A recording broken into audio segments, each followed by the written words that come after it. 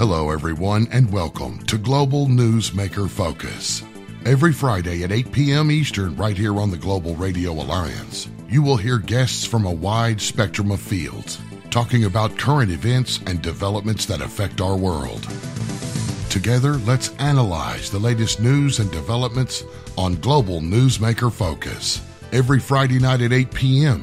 And now, I give you your host for Global Newsmaker Focus, Patrice Sheridan. Welcome, everyone, to this October 5th, 2018 edition of Global Newsmaker Focus on your contact for alternative talk radio, KGRA-radio.com. This is Patrice Sheridan speaking. Bill, KGRA executive producer, may be joining us. Our featured guest for this program edition is Norio Hayakawa. Some bio details on our featured guest. Norio Hayakawa is a researcher, journalist, musician, composer, and citizen advocate.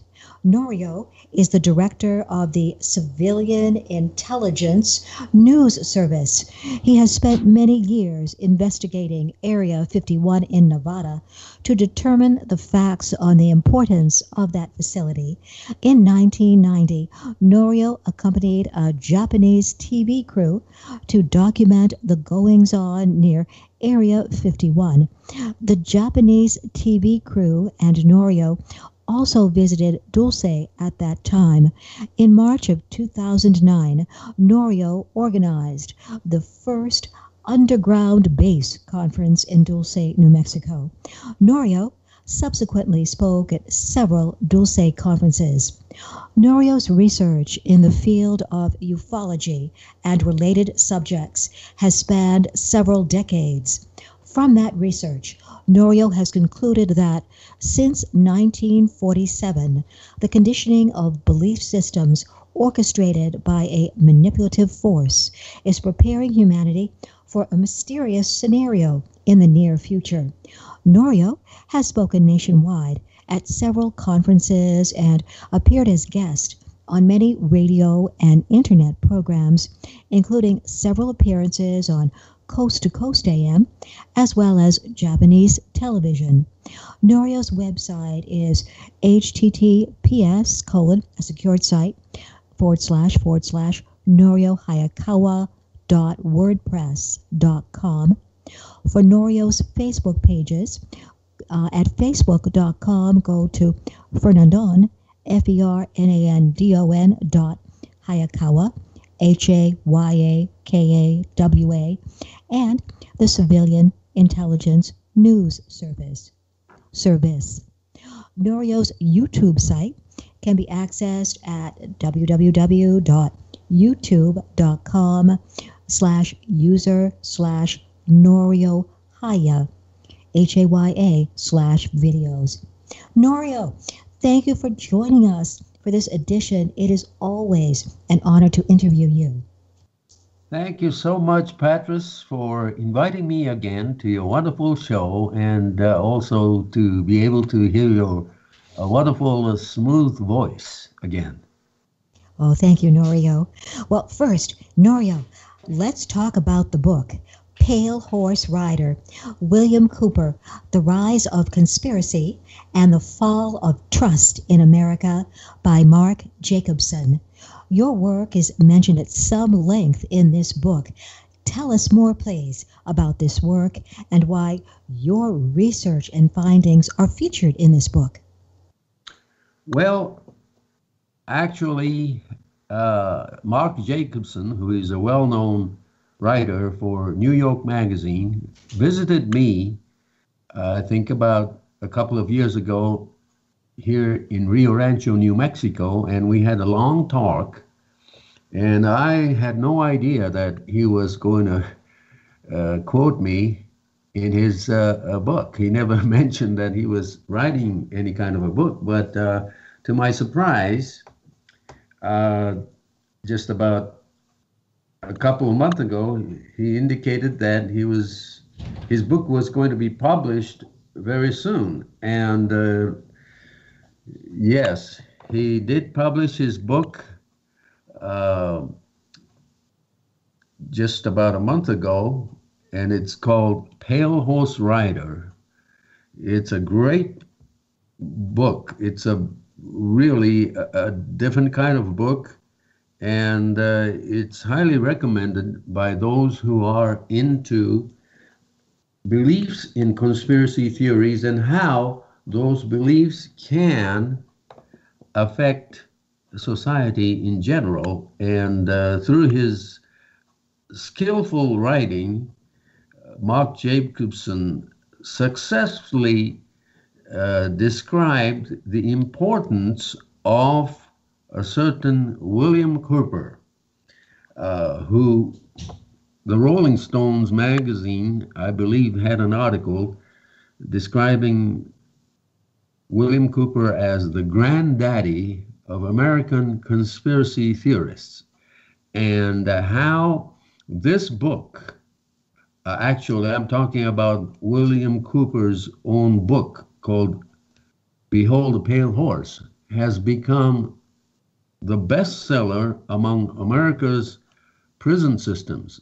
And it still is continuing its, popular sales in bookstores. And you can go to any major bookstores, even today in America, and can find William Cooper's own book, Behold a Pale Horse. And so this is an interesting phenomenon, because William Cooper became a legend among America's not only conspiracy circles, but even among the inmates at many prison systems in America, because William Cooper skillfully aligned himself with the oppressed, whether you were white or black, it didn't matter. His book was so popular because he underscored the oppression of those who were oppressed by what Cooper called New World Order system. And Mark Jacobson skillfully applied that and wrote this amazing biography of this William Cooper. And nobody has written a biography of William Cooper until Mark Jacobson. So this book, Mark Jacobson's own book, Pale Horse Rider, William Cooper, The Rise of Conspiracy and the Fall of Trust in America, I believe is one of the most important books of our time, because it's a reflection of, I would say, divided America. And America is certainly divided, as everybody knows. And on one camp are those who believe in conspiracy theories, and the other camp are those who don't. So, this is the exact reflection of American society right now. And that's why I'm so honored to be mentioned in this book, because I knew this William Cooper quite well, because I was one of the first to organize his public appearance. This was back in 1989. And at that time, I was a tremendous supporter of William Cooper. At this point in time, I am not a supporter of the thoughts of Bill Cooper, but I am a supporter of why his presence was so important and why his thoughts and his conspiratorial thinking still affects untold number of people. And this book by Mark Jacobson that you can get at any bookstores now.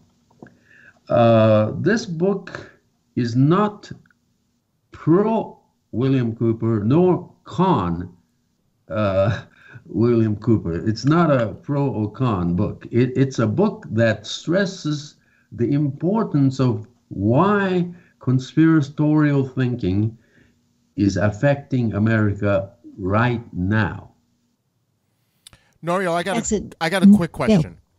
On the whole topic of William Cooper, a lot of people, yes, you're correct with his conspiratorial theories, etc., but he became quite unhinged, which pretty much led to his death. Do you think that because that he pretty much became unhinged, that a lot of people really don't credit any of the conspiratorial theories that he was speaking about? Well, like I said, he was the first person, as far as I'm concerned, to combine ufology with right-wing kind of a political outlook on things. And this is the reason why he became popular, because he combined people's beliefs in UFOs into a global conspiratorial thoughts with right-wing type of conspiratorial thinking. So I would say that, yes, even though towards the end of his life, he basically abandoned a lot of what he said earlier. And I commend William Cooper because he was honest and he admitted that he was probably fed misinformation or disinformation by the government. And, unfortunately, he prophesied his own death. Yes.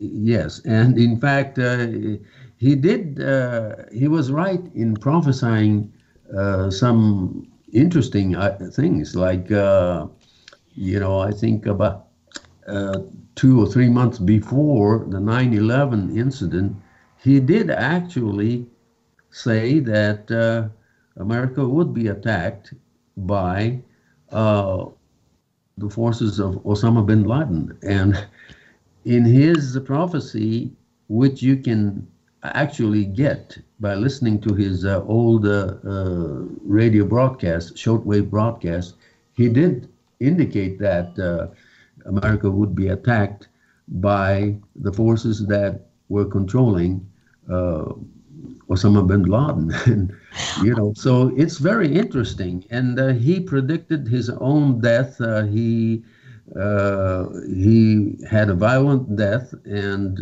that came true. One more quick question, Norio.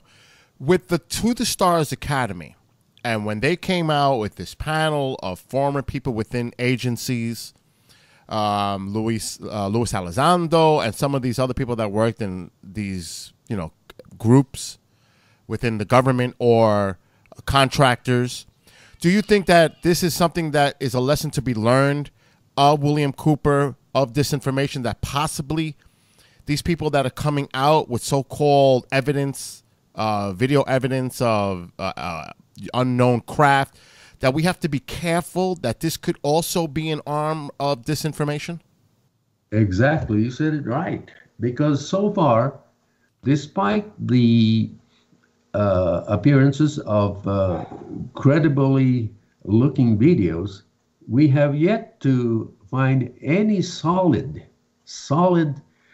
evidence for UFOs and as extraterrestrial physical spacecraft of any kind, regardless of folks like the groups like the To the Academy, To the Stars Academy. We have yet to get hold of any solid evidence of this.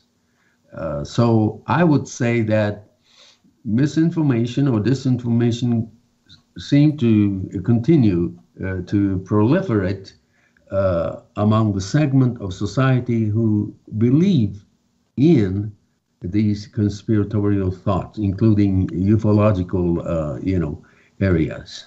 Okay, somewhat off on a tangent. You have a series of excellent articles at your blog regarding Mark Jacobson's book. Now, you also, in your article, first starting off in June, and your articles extend on this subject from June through this month, October. Your article in June stated, your articles, now this is your June 13th article responding to Jacobson's work.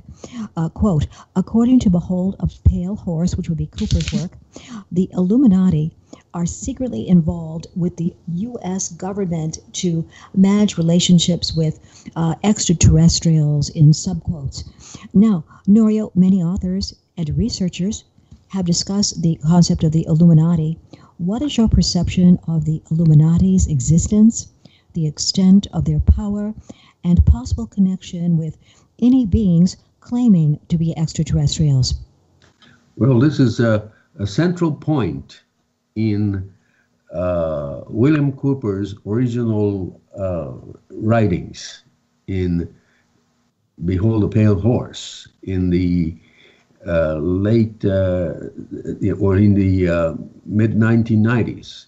William Cooper pushed the idea of the existence of Illuminati, and he skillfully interjected in that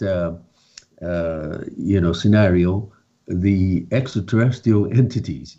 But as I said in the beginning, William Cooper completely disassociated himself with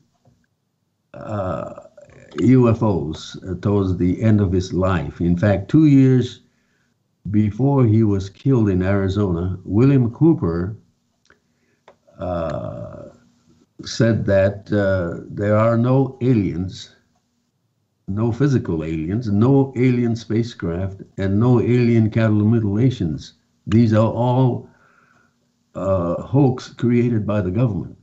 But as far as the Illuminati, yes, William Cooper decided to continue to talk about the global Illuminati, conspiracy, because he believed, and to the end, that there was some kind of Illuminati or global society that is planning to create a forced global order in the future. But his idea was that all UFOs were just simply hoax created by such a group to confuse people. And, he disassociated with ufology because he says it's just there are no aliens. It's just a brilliant, method by secret governments and Illuminati, or what you call global governments, to use the people's beliefs in UFOs and aliens as part of a plan to create fear and panic. And so that was his central point. And Mark Jacobson's new book describes that initially William Cooper stated that there is an Illuminati, and the Illuminati will use and work together with extraterrestrials. But Mark Jacobson also includes a chapter in which William Cooper admitted that the whole alien scenario is a hoax created by the government. And I think this is very important. This is very important. Now, as far as I'm concerned, I am in disagreement with William Cooper, who said there are no aliens, no alien abductions, and no alien cattle mutilations.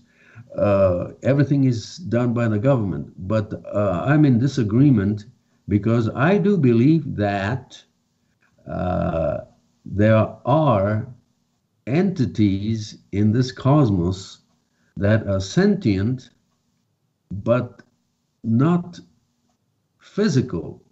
I would say they could be paraphysical, sentient entities, and there is this difficulty in distinguishing between the terminology because, if you say there are no aliens, what do you mean?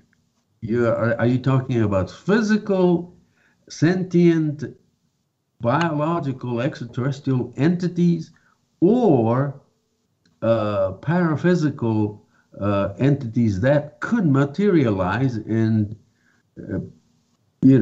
disguise themselves as physical entities? So I'm of the opinion that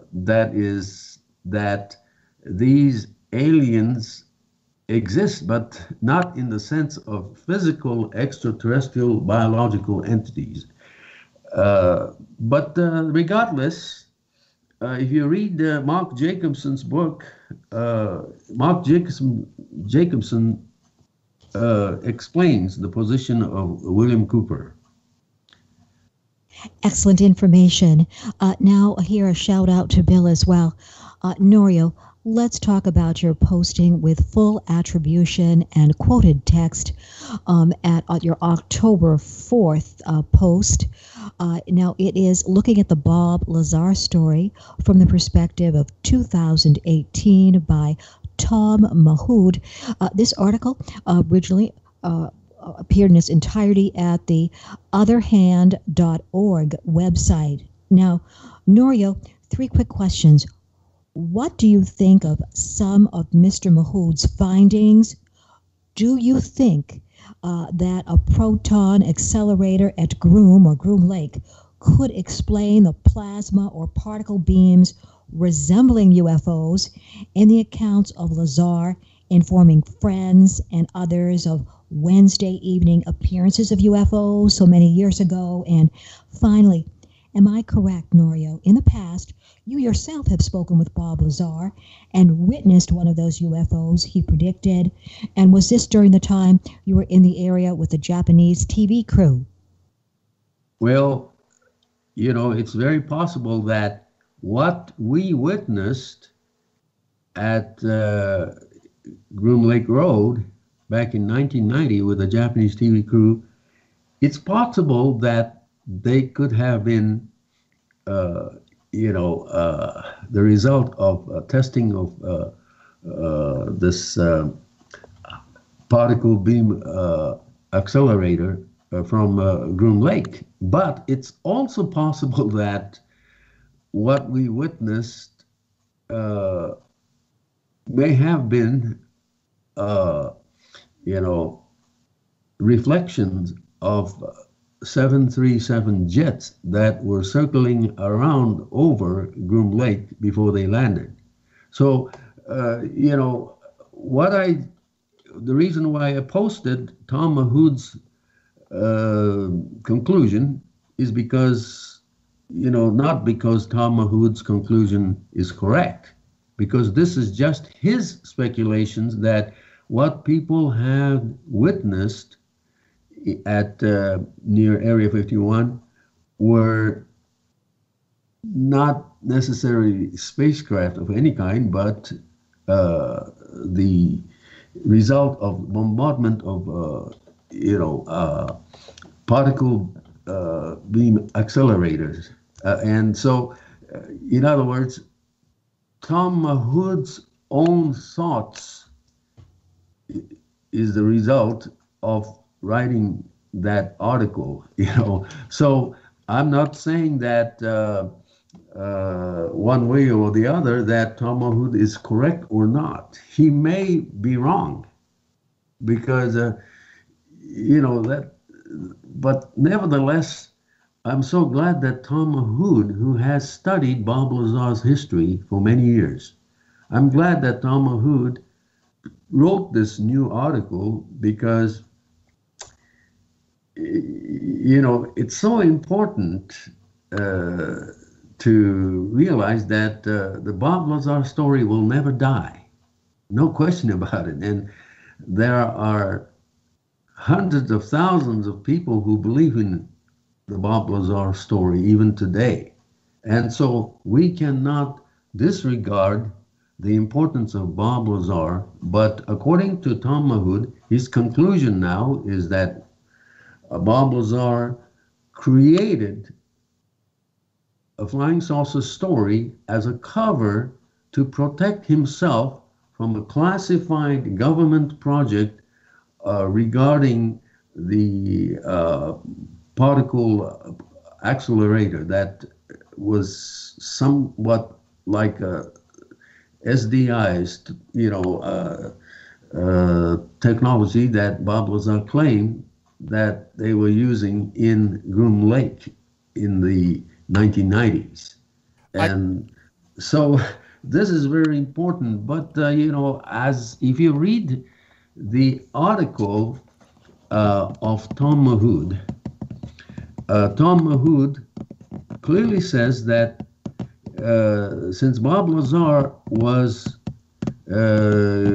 involved in a classified experiment in Groom Lake, he did not want to talk about proton, the particle beam weapons that he was claiming that that the government was doing at Groom Lake. He didn't want to talk about that, but instead he falsely created the flying saucer story to cover himself, because if he had spoken about the particle beam accelerator of Groom Lake, he would have been fined and punished by the government. But instead, he used the flying saucer story and created the flying saucer story to cover himself from being sued by the government or being fined by the government.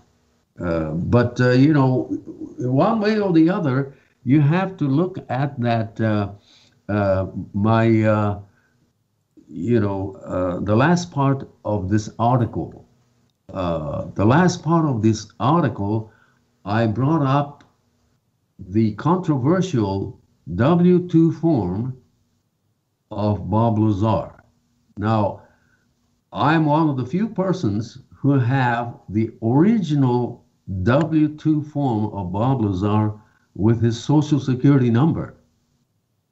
Once that W-2 form of Bob Lazar came out on the internet, then suddenly somebody blacked out his Social Security number. And this is very important because it could be a bogus document, because there are many questions that are still unanswered about Bob Lazar's alleged W-2 paycheck stub. First of all, the big question is the agency that issued Bob Lazar's W-2 form paycheck, which was only $985 or something. The agency that issued is on the W-2 form, and that agency was the Department of Naval Intelligence. And the big problem is that there's no such an entity as the Department of Naval Intelligence anywhere. Everybody knows that there is an Office of Naval Intelligence, ONI, but there is no entity such as Department of Naval Intelligence. And the second problem about this possible bogus W-2 form of Bob Lazar is his Social Security number. Now, most people have no idea that that Bob Lazar's Social Security number, according to a source that told me, did not belong to Bob Lazar, but it belonged to a lady from New York with the last name of Strong and the first name of Carroll. And it was her Social Security number that appeared on Bob Lazar's W-2 form.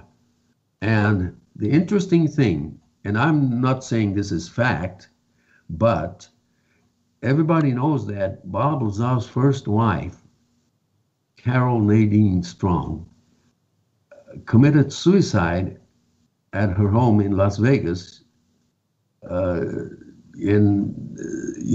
She was still married to Bob Lazar at that time. This took place in 1986 in Las Vegas.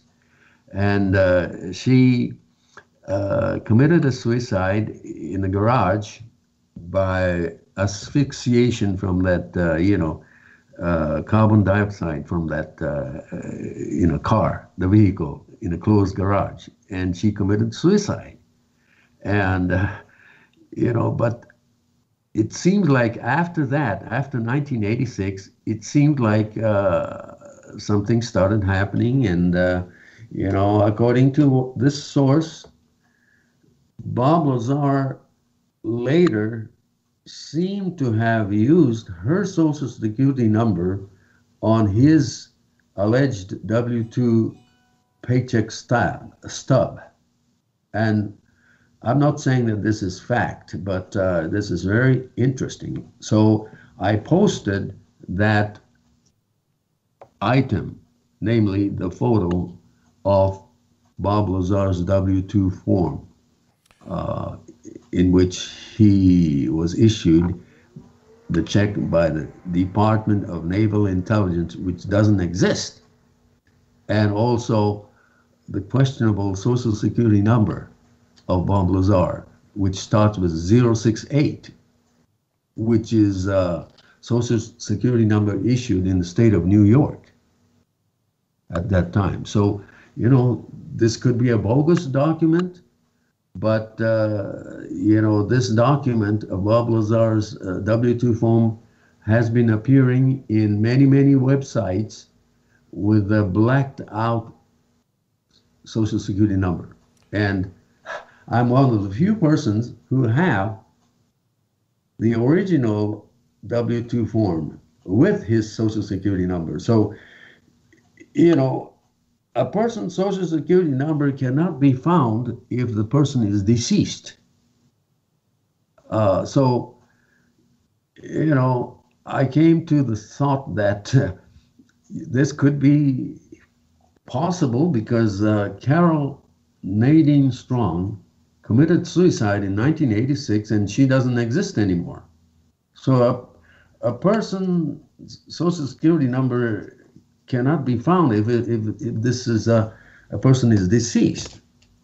So in 1989, when Bob Lazar came out, and later on somebody started posting his paycheck stub as proof of Bob Lazar working at S4 facility, the so-called S4 facility, south of Groom Lake.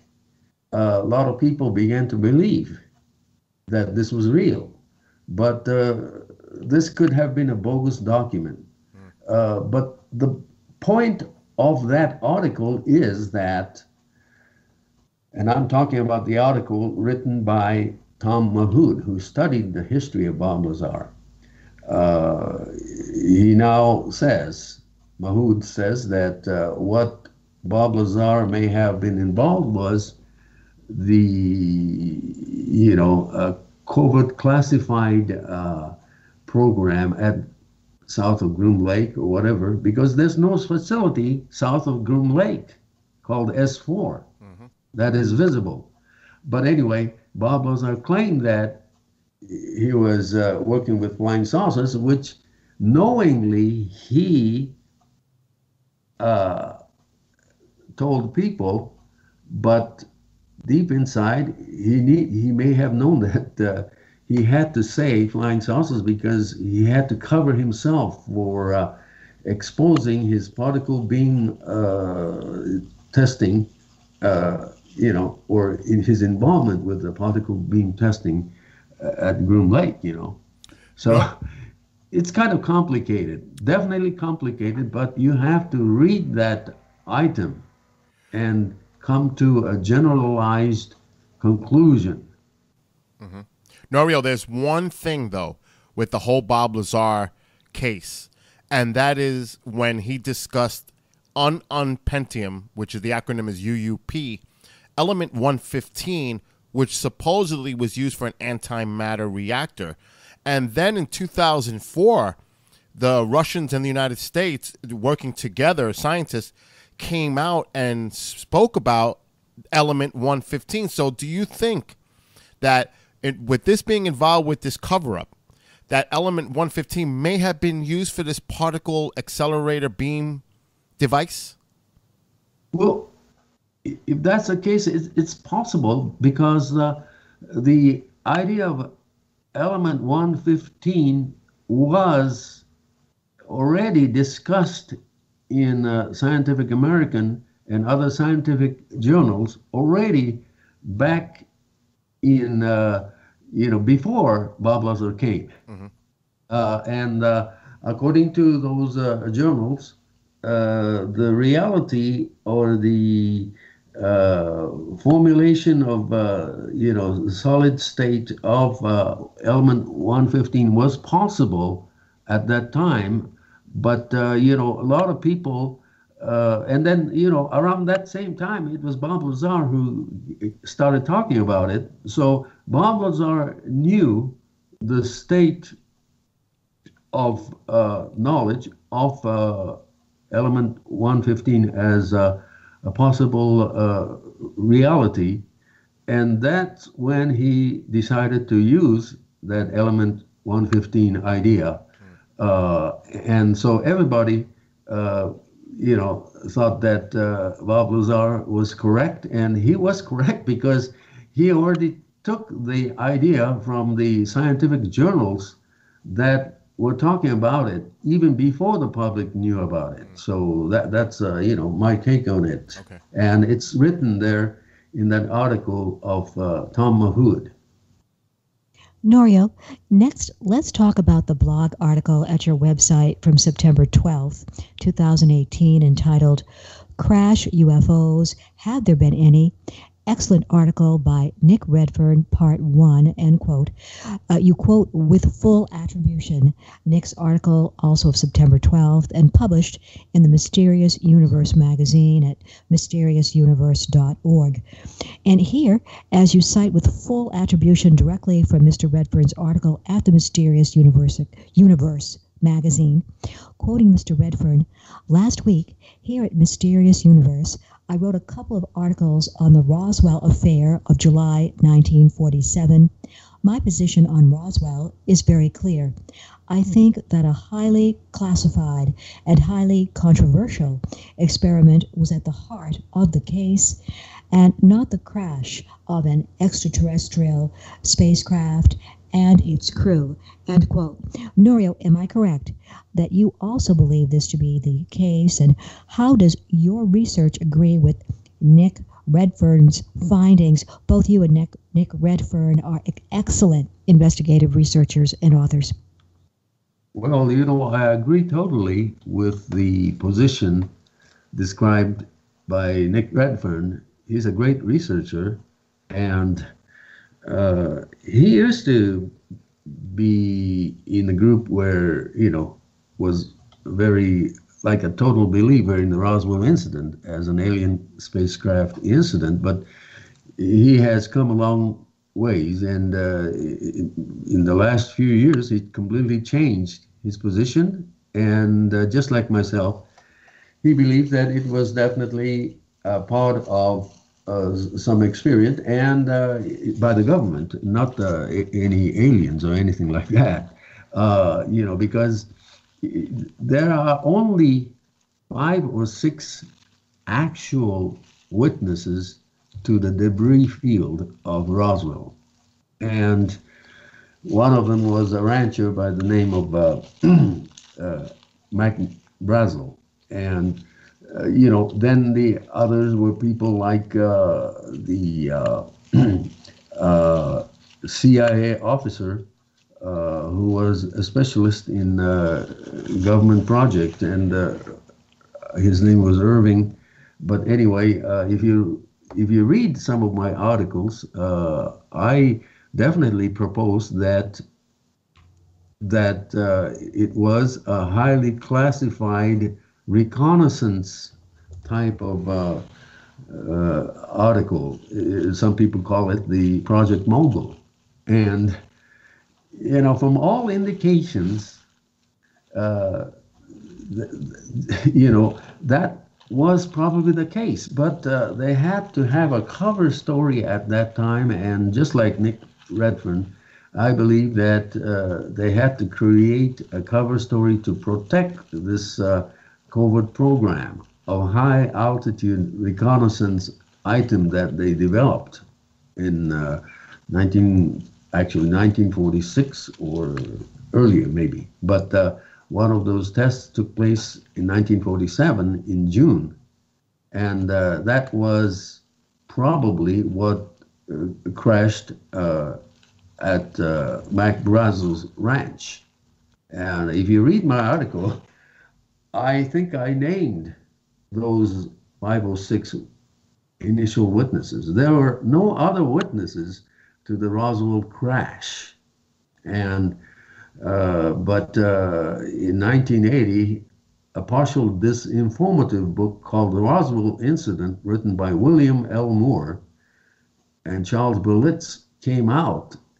And also Stanton Friedman started investigating Roswell years after that Roswell incident took place. And,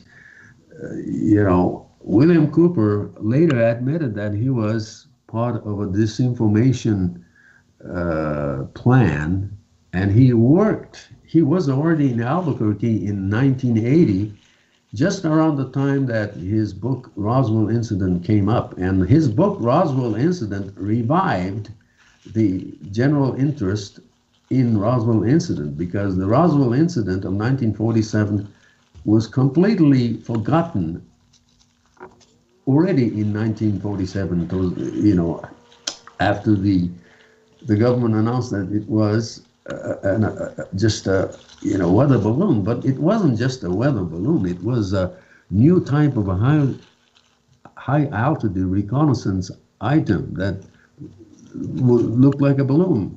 But it wasn't just a balloon, weather balloon. It was different. But William Moore and Richard Doty worked together in 1980 in Albuquerque, New Mexico, and created this scenario of Roswell as well as Dulce. And William Cooper admitted that he did it, So, Nick Redfern, I think, is a great researcher. What I like about Nick Redfern's position is that he is not a debunker of anything. He just points out that there's more to this life than just physical items. And he is, just like myself, physically, flying saucers and aliens may not exist in this world in a physical form, but there could be sentient entities in this universe that are affecting us and are affecting our beliefs. And all this may have started in 1947, as I stated before. And as you stated in your introduction of myself, that everything seemed to have started in 1947. For what purpose? And the only purpose I can think of is that it was the beginning of a control of our belief system that could lead us into a future scenarios that I still don't know for sure what that scenario is, but it's a control system. And William Cooper played a role unwittingly in all of this by his highly popular Behold a Pale Horse book. So, everything seemed to just come together if you look from a distance at all of this. Excellent. Now, that information really is fascinating. Now, Norio, you also are a marvelous political writer. And some of your articles are very thought-provoking. For example, on August 3rd, you wrote the article, A Stronger, Rearmed Japan is a Must for Asia's Stability. Could you give some of your arguments on that? And meanwhile, I'm going to be searching for my Korea Times October 6th article from today that somewhat bears on this point. It was a great article. Can you mention to our listeners some of your points? Well, yes, I wrote an article about the necessity of Japan creating a modernized, armed forces. In 1947, I think, just after World War II in 1945, the Japan was actually forced to change the constitution and abolish the armed forces, but instead Japan was encouraged to create a self-defense force. But the problem now is that we're living in a different world. We're living in an unstable world. We're living in a society where a rogue nation can attack another nation and create all kinds of catastrophe. And I'm talking about nations such as North Korea, which has been actually creating a lot of problems from Japan, and North Korea has an armed forces military that could defeat Japan in any kind of a confrontation. So it's high time that Japan rearm itself and to be part of a global, nations that have strong defense capabilities and also the power to help other nations that, are attacked by rogue nations. And so my point is that Japan needs to change the constitution, and Prime Minister Abe has been in the forefront of that situation. And I'm in total agreement that Japan must need to, change the constitution and create an official military, not just a self-defense force. Japan has to create a strong air force, a strong army, a strong navy, and just like this way, Japan will be accepted as a decent nation that has decent military force, not to invade other countries, but to work along with other countries such as USA and Australia and Taiwan and South Korea and so on, because now we're living in a very unstable world where rogue nations and other nations such as Red China has some very, very undefined ambitions in Asia. And so we need a strong Japan for this. And my second point is that by having a strong military Japan, Japan can work along with even Russia. And my point is that Japan needs to sign a peace treaty with Russia. Japan has never signed any peace treaty with Russia ever since World War II, end of World War II, in which Russia occupied the northern territories, islands of northern Japan. And Prime Minister Putin is not going to return those islands to Japan. And my point is that Japan should accept it because Japan lost, Japan was defeated in World War II, which I think was a good thing. But Russia, actually Japan, still seemed to think that Russia is going to return those 4 islands in the so-called northern territories, north of Hokkaido, the islands. Japan thinks that Russia is going to return. No, Russia will never return those islands. First of all, because those islands never belonged to Japan. it was Japan that occupied those islands and driving out the indigenous people over there and made it into Japanese territory, see? So my point is that forget about those islands.